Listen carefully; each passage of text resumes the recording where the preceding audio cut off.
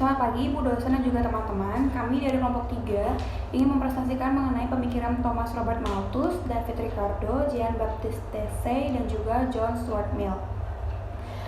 Sebelumnya, saya akan memperkenalkan anggota kelompok kami. Yang pertama ada Angga Dita Mahatriandini dengan NIM akhir 009.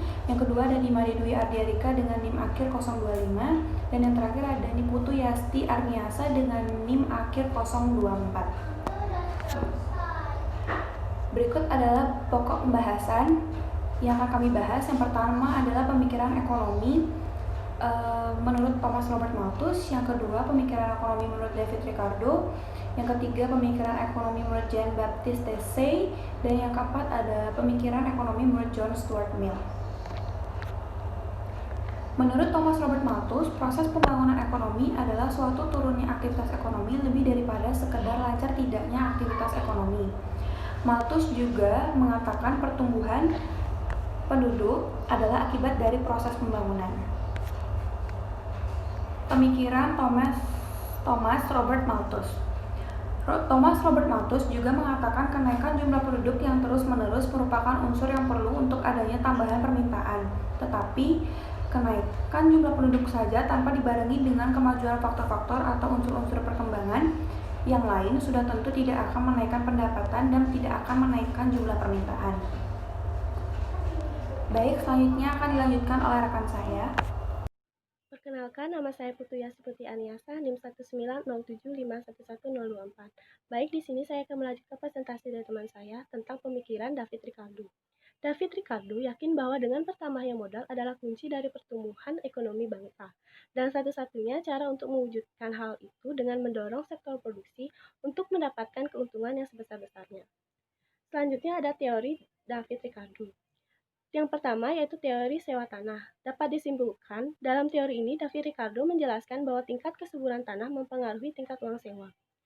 Teori yang kedua yaitu teori nilai kerja dan teori upah alami. Ricardo menyimpulkan bahwa yang paling menentukan tingkat harga adalah tingkat upah alami. Teori yang ketiga yaitu adalah teori keunggulan komparatif. Teori ini menyebutkan setiap kelompok masyarakat atau negara sebaiknya mengkhususkan diri untuk menghasilkan produk-produk yang dihasilkan agar lebih efisien. Pemikiran selanjutnya yaitu ada Jean-Baptiste Say. Jean-Baptiste Say mengatakan bahwa setiap penawaran akan menciptakan permintaannya sendiri. Pendapat Say di atas disebut hukum Say. Hukum Say didasarkan pada asumsi bahwa nilai produksi selalu sama dengan pendapatan. Sekian presentasi dari saya. Terima kasih dan akan dilanjutkan oleh teman saya. Terima kasih. Baik, saya Dimari Dwi Ardiarika dengan NIM 190511025. Di sini saya akan melanjutkan presentasi. John Stuart Mill yang lahir di London 20 Mei 1806 merupakan salah satu tokoh utilitarianisme yang terkenal dalam menelurkan konsep kebebasan yang dituangkan secara komprehensif di dalam bukunya On Liberty. Pokok pemikiran John Stuart Mill. Utilitarianisme pertama, Mill tidak hanya membedakan kenikmatan menurut jumlahnya, melainkan juga menurut sifatnya.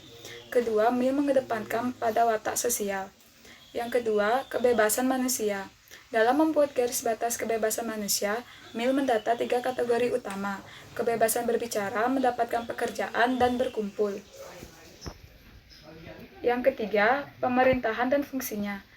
John Stuart Mill menekankan agar orang menyelidiki bentuk pemerintahan lembaga-lembaga politik yang paling baik. Mill berpendapat bahwa undang-undang yang demokratis lebih menekankan dan mengembangkan pemekaran pribadi setiap orang.